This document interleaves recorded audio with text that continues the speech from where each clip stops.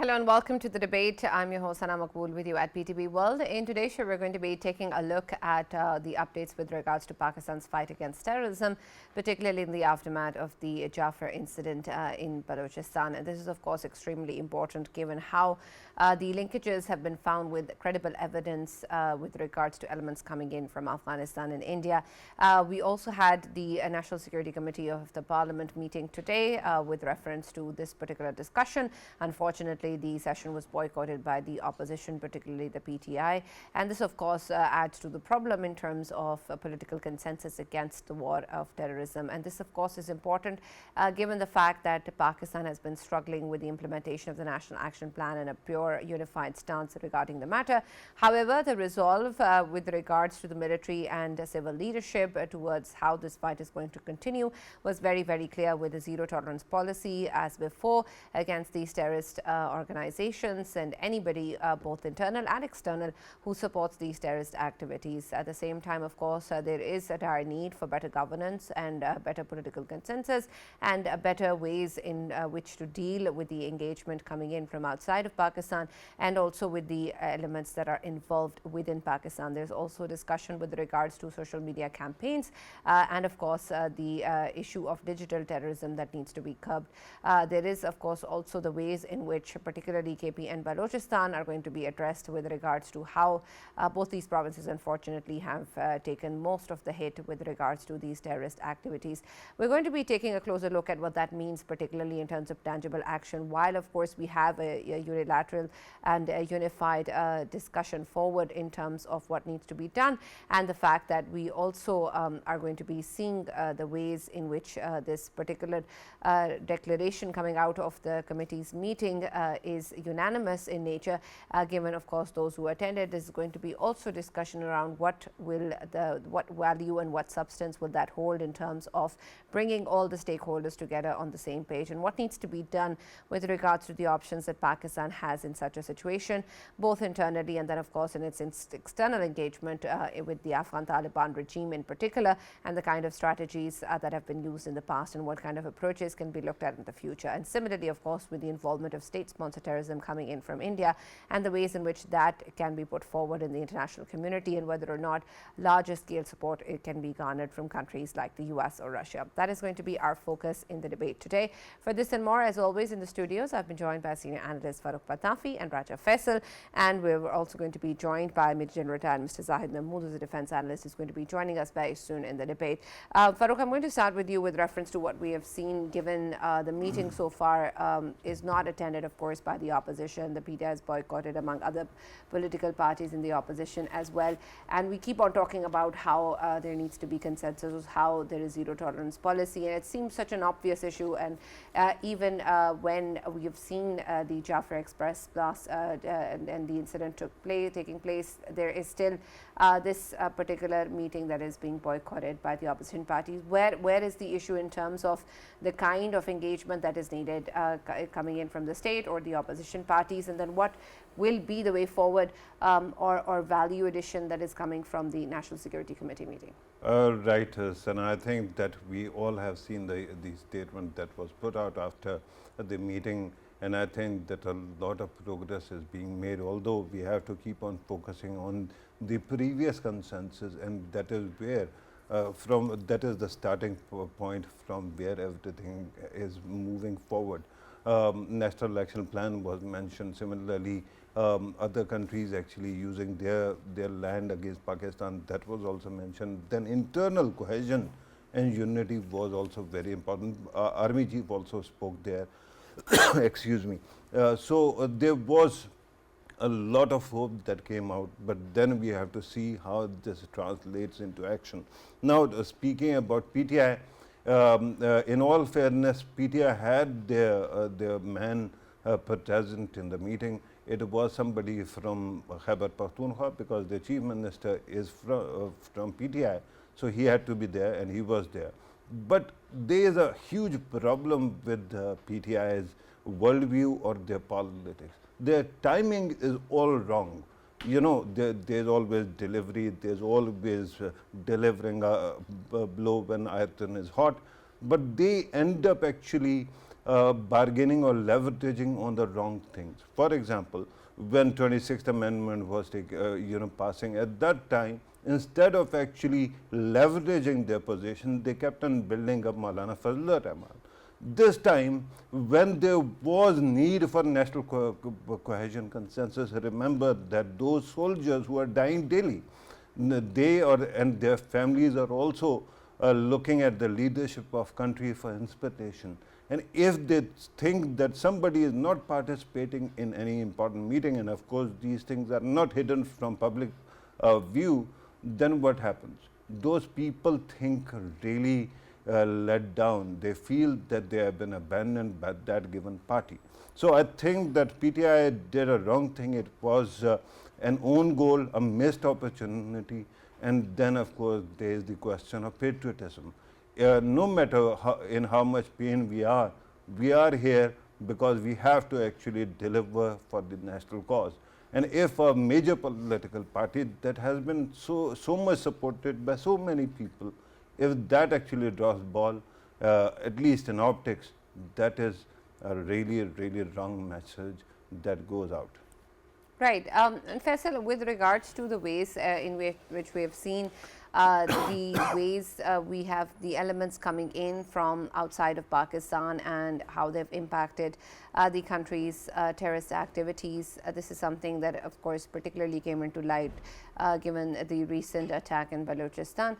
But it has been something that Pakistan has been reiterating for quite some time now, coming in from India, whether it's terror financing or direct state-sponsored terrorism, or of course safe havens coming in from Afghanistan, and then of course outright support by the Afghan Taliban regime in this regard as well.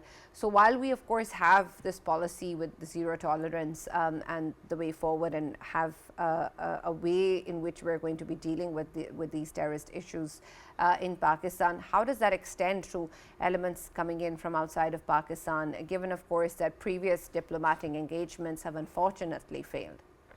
Yeah, obviously, Sana, when we talk about Afghanistan overall, of course, Pakistan has been time and again highlighting, even in our show, we have been highlighting it as well. And diplomatically, Pakistan has highlighted in past and still is.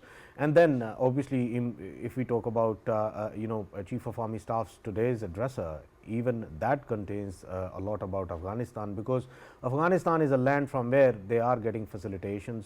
Of course, across the border, there are sanctuaries, and from there they feel that they are the terrorists, they feel that they are safe enough there, because nothing is being done against them by the Afghan Taliban. And that is why Chief of Army Staff has highlighted it, and facilitations and financing of terrorism, that needs to be curbed, that needs to be of course put a full stop on. And at the same time, if the duty which was of Afghan Taliban, if they are not delivering in terms of making their land not to be used against any of the neighboring countries, of course Pakistan is facing terrorism that originates from within Afghanistan. If they are not putting a full stop on it, then of course Pakistan has to hit the hideouts within Afghanistan, where all of these terrorists, they are feeling safe, and whenever they do an activity, this is where they go back to. And there are even the BLA side, they feel safe in Afghanistan, then TTP feels safe in Afghanistan, and all of these terrorists, they are feeling safe out there, and they are feeling ease of getting investments, attraction of investments in there. Of course, raw and many other channels which are being utilized to fund all of these terrorists out there, not only to hit Pakistan, but hit CPEC in Pakistan and hit China's assets in Pakistan. That of course has a huge impact, and Afghanistan providing them the safe haven, I think that needs to be of course hit. And that is why the consensus which we were seeing today by all except one party, that was PTI, that was there. And the overall of course the statement is a very strong statement, and I think it was need of the hour. And the situation and the statement is very clear that wherever we will find them, we will hit them. Reason being, we are not going to wait for the terrorists to come into Pakistan and do an activity, even when they are preparing for an activity within Afghanistan and they can be busted there, then they will be busted out there. Right. Given, of course, the ways in which we have seen the opposition also boycotting this particular session of the National Security Committee meeting, I want your take, Faisal, in terms of what it is then that when we talk about political consensus, and especially in the ways that we're approaching issues outside of Pakistan, is that something achievable without political consensus at home? Yes, Sana, this is a very complex question because right now, of course, PTI considers itself on the, it keeps on claiming that it is a victim of the current setup, and they believe that politically they are marginalized. And like today, even today, I mean, I have been listening to few of the leadership from the tier 2 leadership or tier 1 leadership of the PTI. They kept on of course blaming, and they kept on scoring politically in terms that they said, oh, we could have joined, we could have shown our presence, but of course this has to do with our political standing, and we were not being provided with a leverage to of course discuss with our de facto leadership that is sitting inside the jail, Imran Khan. They wanted to consult him, and they keep on saying that even if we make a decision, people won't endorse it, people would be going against. And to be honest, I mean, I have been watching the social mediums as well, the kind of brunt they have been facing since 2-3 days. I think even they were forced to of course negotiate or to consult with the top leadership, the actual de facto leadership of PTI, and that is highly understandable. But at the same time, Sana, when we talk about an aspect like security, it's not only about the security of a specific area of Pakistan, it is security of the whole country we are talking about. And in these kind of matters, there should be consensus and there should be prompt sort of response from all the political parties. This is not something that they have to consult somebody before giving their consent. This is something that should always be there. The consent should always be there. They don't need to consult anyone from the top. And I am pretty much sure, even though if they would have consulted, and the same narrative would have come from that side as well, because we kept on highlighting that the political consensus in terms of security and economy must always be there. And if somebody is of course going against that consensus, then of course they are not in the favor of Pakistan. Even if anything would have come from inside the jail, then I would have of course talked against that because to me, I think consensus in terms of security is pivotal when it comes to Pakistan's solidarity, Pakistan's unity. And Chief of the Army Staff, he has rightly highlighted this, that unity is what is required right now to of course make a fist and give a blow to all of these miscreants, all of these terrorists. And that unity, of course, we have seen that unity in Parliament today, but I would have been more happy that this meager stance, this odious stance of a political party like PTI, this shouldn't have been there. They should have been present. And when it comes to of course their CM being there, if their CM can be there, then the other leadership and the member of the parliament, they should have been there as well, because they are equally important when it comes to of course voice of the people. They represent the people, and I think they should exercise that right when it comes to representing the people. If they are not there, it means that they are not representing their people at all. And to me, I think the aspect of course military fighting, that is always there. Militarily Pakistan is fighting, but when it comes to fighting the narratives, I mean, we have been seeing the tendencies on the social mediums. I mean, it is a horrible tendency on the social mediums, in which of course we are seeing that people who are sitting outside of the country, though they have been, when they were in Pakistan, in the media fraternity, or be they the former politicians who are sitting outside of the country, the kind of narratives they were coming up with and the kind of smear campaign and the propaganda they were coming up with, I think this is odious. This is something that is very saddening, And to me, I think that needs to be looked after as well. That needs to be given a clarity about. When it comes to PTI as a political party, they need to disassociate themselves from these kind of names who are sitting outside and they are feeling a leverage. And in that leverage, of course, in the guise of freedom of expression and freedom of speech, they are extending slurs to Pakistan, and they are running smear campaigns against the security forces of Pakistan, and I think that aspect needs to be looked after as well. Right, Farrukh, you wanted to add I something? just wanted to correct the record that PTI's current leadership actually went to the jail and they met with their founder leader, right? And after that, they actually took the stance. Before that, they actually sent in their names. So it is clear that the party's former leader or its founder actually decided that without him, his party should not participate from the national purge. Of course, from provincial one, it did. But regarding overall situation, Sana, when it comes to narratives, especially one thing that is heartbreaking, and I tell you, there was gloating in certain videos when it was, the whole thing was taking place in Balochistan. At that time, those people who are sitting outside. Now, here's the problem.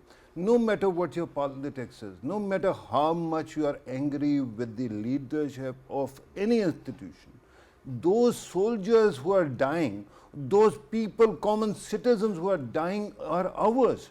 We cannot disown them. So if anybody sits outside, especially somebody who has been fattened by the resources of the country, because this country actually lavished them with that kind of support, if they speak and then they are not only inhaling the propaganda of the enemy, not from one side, mind you, from both sides, from BLO also and from India also, and then they are gloating about it. That is shameful, right? But here's another very important thing from today's press release. I think there was also a hint of counter-intelligence sweep as well, because it was clearly stated that nobody will be allowed to actually forge bonds with the enemy, and then no group, no organization, no individual, and then undermine the state. So if somebody is sitting inside and he is also or she is also actually actively undermining the national cause, that should also be taken care of. And finally, one thing is for sure, when it comes to Balochistan, every time BLA strikes, somebody would come on television and they would actually start talking about the grievances of the province. Look, yesterday also I explained to you that there is nobody in this country who does not have grievances. Of course, some will have huge grievance, others will have less. But do you do this when somebody is attacking your home? No, you don't. BLA now has uniforms. They seem to have actually their officer cadres. They keep on using independence language, and they keep on attacking mercilessly the people of Pakistan. Tell me, you want to negotiate with them. Are you going to volunteer and go to them personally without any kind of assurances from the state that you will be rescued if they actually turn on you? If they are villains, first tackle them, then we can talk about taking care of grievances. And then there's this issue of MSM, our mainstream media and our intellectuals keep on talking about the Chief Minister Balochistan. Look, understand the psychology of a conflict. When somebody is fighting and somebody is attacking from the other side, you don't have options to pick and choose. Whosoever is standing constantly in your corner, you will bet on them. And this is the great thing about this Chief Minister of Balochistan. He has not been confused once about these issues. So why would any institution or the state of Pakistan, undermine them and stand with you when you keep on undermining them?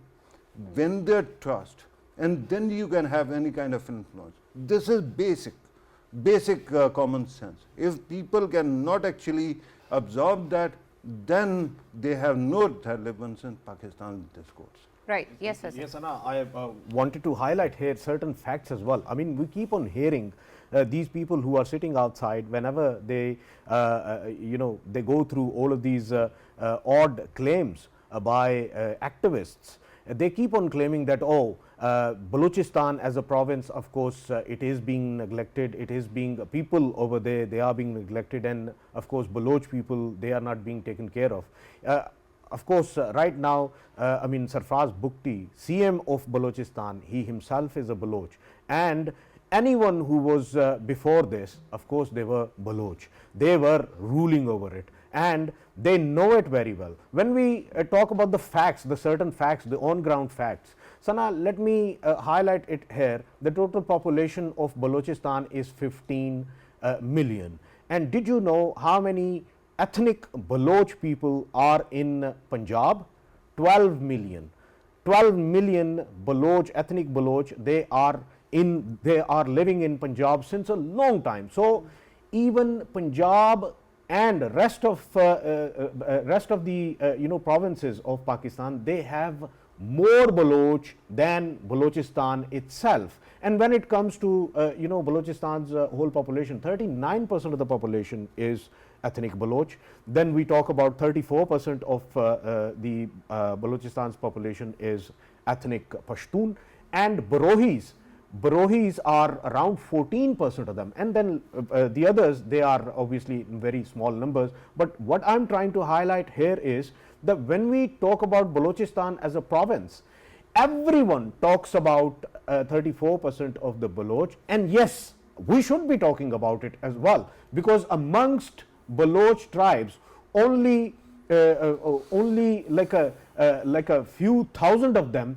they would be seen that stating their statements are against Pakistan or against the security forces or against the government itself. Rest of Balochistan, rest of Baloch, ethnic Baloch people, they love Pakistan, and nobody talks about the Pashtun belt, nobody talks about the Barohi belt, and nobody talks about this fact that Gwadar and the Gwadar area, it was actually at the time of Pakistan came into being, of course, it was part of Oman, and then later on Pakistan as a country actually bought this Oman area from the Gwadar area from Oman, and Pakistan paid money for that as a state, and the very state, it should be considered as ownership of them few thousands who are claiming that a whole Balochistan belongs to them and everything belongs to them, and we as a nation, Pashtuns or Punjabis or anyone else as a nation, because they call themselves Pakistanis, they don't call themselves Punjabis or they don't call themselves Balochis or from KPK or from Sindh, they call themselves Pakistanis, and only few thousand of them, when they claim to be not Pakistanis and they want to, of course, go against somebody, then obviously it is need to be looked into that who's using them, who's paying them, and only because of that lucrative money which is being paid to them, that is why they are going against the state. Right. They are only there just to create hurdles in advancement we have been seeing in terms of infrastructure improvement which we have been seeing in within Balochistan.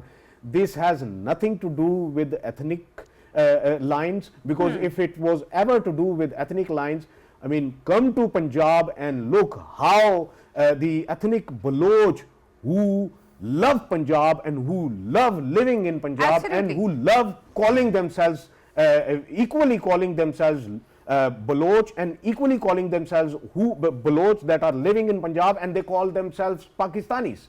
Quick reminder that I am an ethnic Exactly. Exactly. Right. Let us also welcome in the debate Major General retired Zahid Mahmood, who's joined us on telephone line. Thank you very much for joining us and being a part of the discussion. With reference to what we've already discussed, I want first your take on the NSC meeting and the ways in which, of course, the opposition wasn't there, and the fact that Pakistan is dealing with such a huge fight against terrorism. Do you think that this NSC is reflective of how we're going to be moving forward? Thank you very much, Sana, for having me. Look, I think this was a very important meeting, and unfortunately, that it's not very encouraging whatever response has come from the opposition, because this is now high time to give a cohesive response, a whole of a nation approach must be reflective in all our actions. But unfortunately, it couldn't happen like that. But still, I think the strong message from this NSC meeting that has been conveyed as far as the kinetic application is concerned and the resolve of the nation is concerned, because that is the most important thing. You know, the nations and the states, they do have the capacity and capability to deliver. But the most important thing in the warfare is the will of the state, the will of the people of Pakistan, the will of the nation. That has to be, once other nations, especially the inimical forces, our enemies, they have this feeling that this nation has a will to fight, and they are in a position to regain the deterrence, the lost deterrence. So once you show these cards, you know that you have the will and you will implement that will to regain the deterrence, then there are likely chances that you're going to achieve your political objectives. Secondly, Sana, we need to understand that this war is not something different from the policy. This is the outcome of a policy. This is a political instrument. So the political objectives of the state have to come through the application of this kinetics. And NSC, I think, very important message of converting ourselves into a hard state. That is very, very important. That you have to, negate this phenomena, negate this impression of being a soft state. Pakistan is a serious state. Pakistan is a nuclear state. In the past 77 years, we have been, matching our response with our this old enemy neighbor, India. Then we have dealt with the Russians in the backyard in Afghanistan. We have managed Americans. So we need to understand that we are not an ordinary state. So the political leadership must take the onus of this war. As far as the opposition is concerned, they are in power in Khyber Pakhtunkhwa, and the people of Khyber Pakhtunkhwa are bleeding. Whatsoever the national policy has to be implemented, that is for the people of Khyber Pakhtunkhwa, that is for the people of Balochistan, and that is for the people of Pakistan. So this is matter of Pakistan. And most important thing, there are two kinds of approaches, we need to evolve. One is the without the application outside. Put India, Afghanistan, Afghanistan, I mean the not the people of Afghanistan, but the interim setup in Afghanistan, BLA, BRF, Majid Brigade, Fitra al-Khawarij, TTP, they all should be put in the basket of the threat without, because they are now waging this war on their behalf. And then are the threat, are we can say the issues within. So these are the social, economic, political issues emanating from political polarization, socio-economic deprivation. So on the outside application, without I'm talking about, there should be consensus on that. Rest is the issues within. So the government must take the lead, must address both separately. And the opposition, I think it's high time to please, for the people of Pakistan, for the sake of Pakistan, please have some convergence on the application outside. Otherwise, waging this war will be very, very difficult. Remember, the military application is only 40 to 50% of the strategy. 50%, it's a higher percentage I'm giving. It is not more than a 40%. Rest is coming from the political, economic, social things, all right? So the political leadership will have to take the burden of this war, will have to lead this war. War is a serious business. And I'm sure Pitafi Saab and Raja Saab can comment on this, because the military instrument has decided that we need to convert this state into a hard state, and the rules of the games are changed. So the violence, the friction, and the response, the direct, forceful, comprehensive application of military, we are going to see in the near future. Right, and I want your take on that, Zahid Saab, in terms of the way that also applies to elements that have been supporters of terrorist activities in the past, be it, of course, political or religious elite or any other element within the country that has added to harming the interests of Pakistan. What you have said, does that extend to that also? Yes, that's what I'm hinting at. If you're supporting the cause, anybody who's trying to create hurdles or who are behaving like a scuttlers, so they need to be dealt with accordingly. Every day we are losing people. I think you should take these leaders and the political leaders and all those who are supporters and debaters of this phenomena, take them to the houses of those 30 shodas who have recently lost their life in the train incident. Take them to the houses of the families, show them the families. All right, we have seen 2 months children, losing their father. So take them to those houses, see, let them have the feel of the plight of those people. But everybody is making fun of this state, Sana, to be very honest. And these are the people. So Pakistan, I think we should move forward.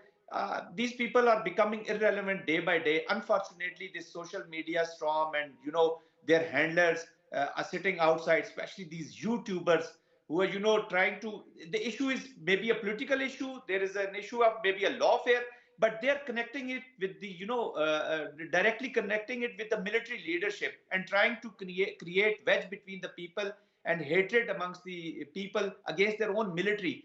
So once the military has this feeling that people are hating them, they're not behind there, so waging war is difficult for them. Operations I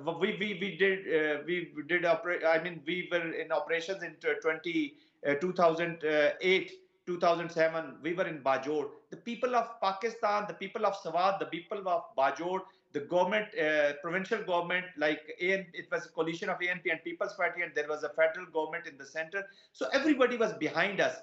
We have sacrificed a lot, but that sacrifice has been well recognized. So the soldier only needs recognition, nothing else. Fighting war is a phenomenon nobody will understand. Nobody will understand the psyche of a soldier. We understand the psyche of a soldier. They only need recognition, and once we are able to protect the sovereignty of Pakistan, the soldiers are able to protect the sovereignty of the state and the borders of the state.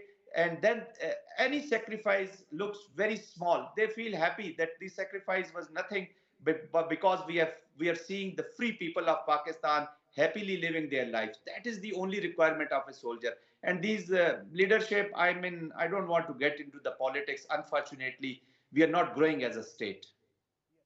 Zahid, when we talk about the diplomatic front, of course, we know that BLA, BLF, they are not declared terrorist organizations by United Nations Security Council. Can we say that in coming months, of course, I think in July, Pakistan would be getting a chair to lead.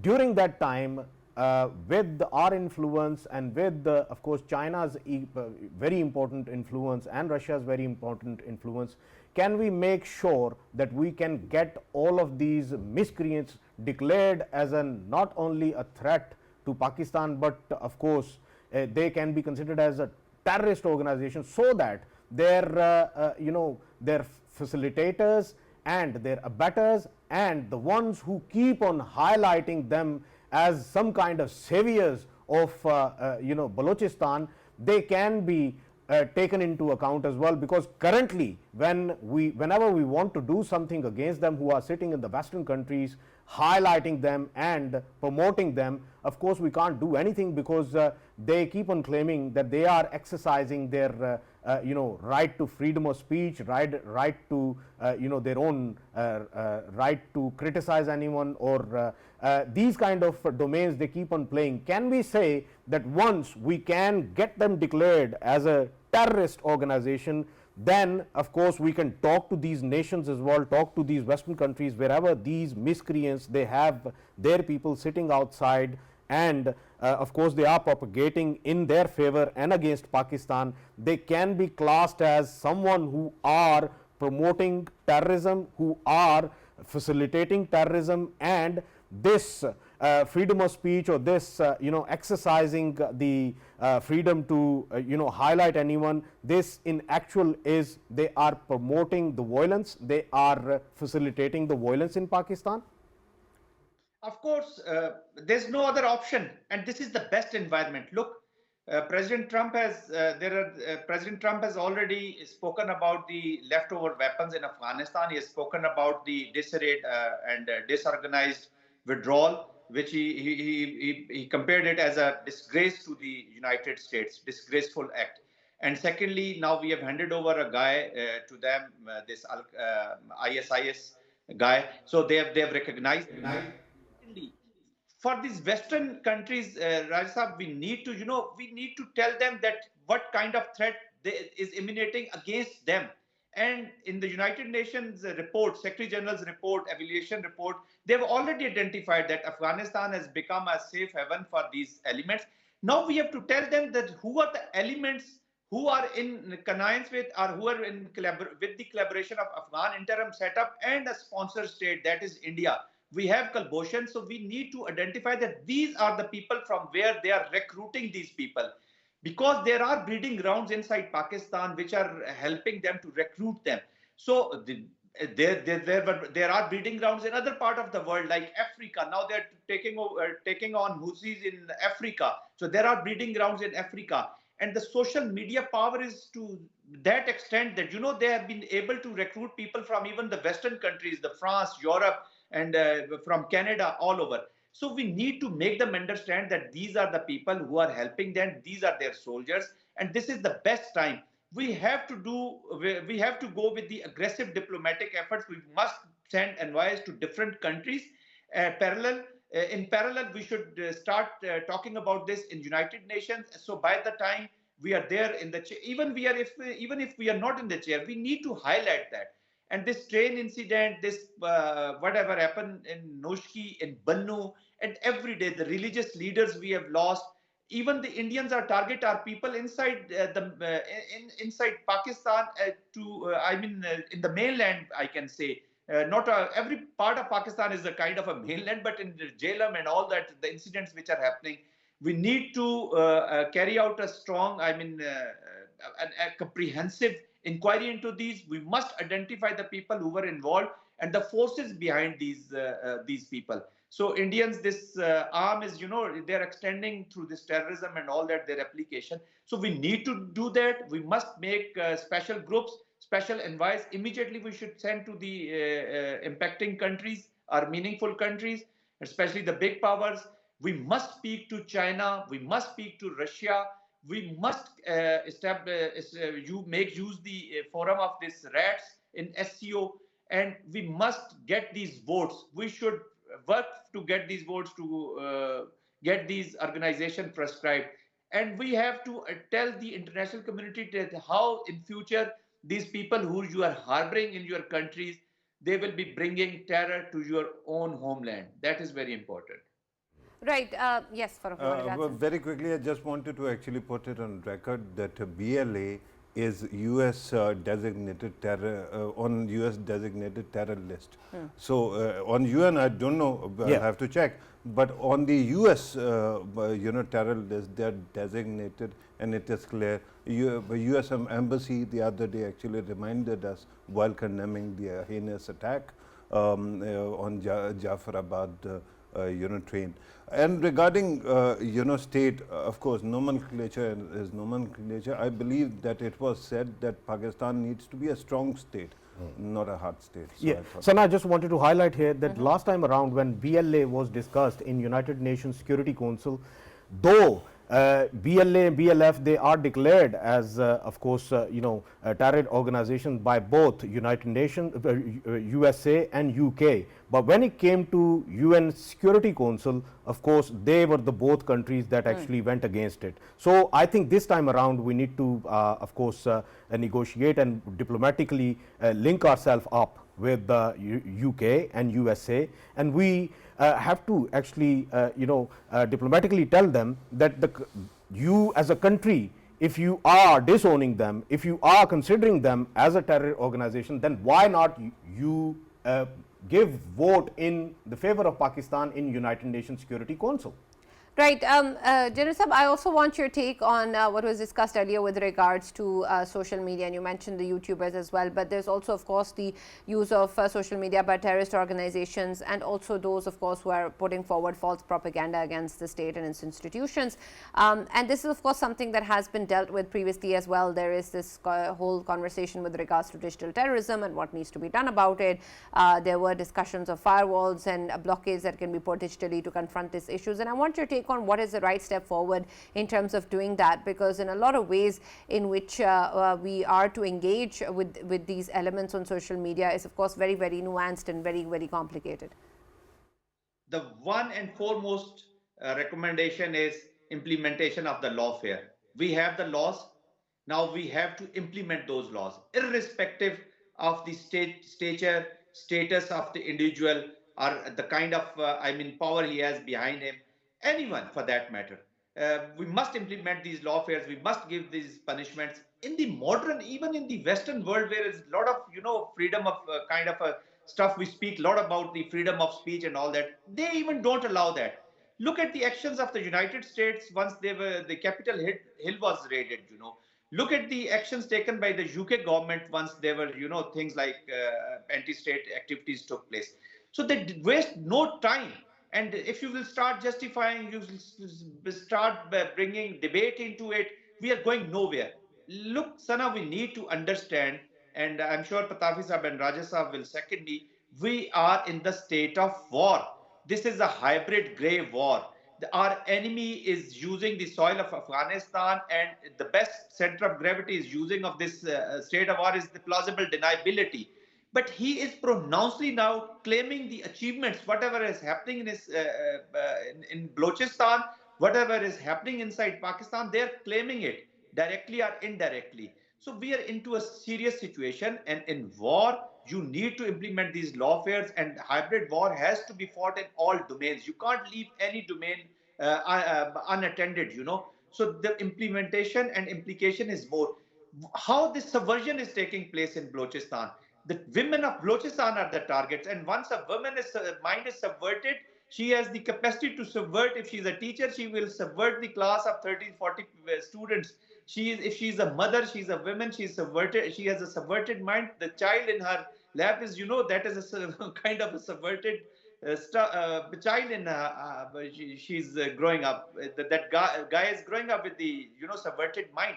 So these are the serious challenges. So all the psychological domains, we need to go into it on the war footings, because we are in the war. Right. Thank you very much for joining us, General Zahid Mahmood, and being a part of the discussion. Farrukh, with reference to, of course, this fight in particular in terms of digital terrorism, I want your take in terms of what really can be done about this. Right, Sana. First of all, I think that while we are actually talking about all these matters, there is a problem that you are not looking at right now. We keep on talking about the miscreants, people who actually directly or indirectly are aiding or abetting the terrorist, right? There are people, as we pointed out, that who might actively be on their payroll, or there are other people who might actually be in just out of malice, might be siding with them, or just trying to put you down, right? But there is the element of the thinking minds in the country. When you talk about the liberals of the country, the biggest problem is they seem to have a different kind of set of values when it comes to what is happening, say, in Khyber Pakhtunkhwa or by TTP and BLA. And the biggest problem, Sana, here is that we keep on actually they keep on every time there is an attack, we are told that you have to go back and talk to them. But when we go to talk to TTP, they are the same people who raise hue and cry. So just ask them for once whether you are with us or not. If they are not, then we can actually create a big tent response to all of them. Otherwise, just win them over and then start putting together a national narrative that can counter the propaganda. First of all, you have to have a very coherent and unified narrative. After that, you can go and block whosoever you want to. You can go, as was pointed out, lawfare is a effective thing. Go to the companies that are providing those social media accounts, flag them and tell them to block it. Otherwise, those organizations won't be able to function here, and then you can move forward, and then you can take care of the people on the ground as well. But remember, beware of the people who might be sitting inside, and they might be blocking stuff or advocating for blocking stuff, not for the national cause, but for somebody else. Right. Thank you, Farrukh, and thank you, Faisal, for joining us in the debate. As always, that's all that we have time for. We'll now see you tomorrow.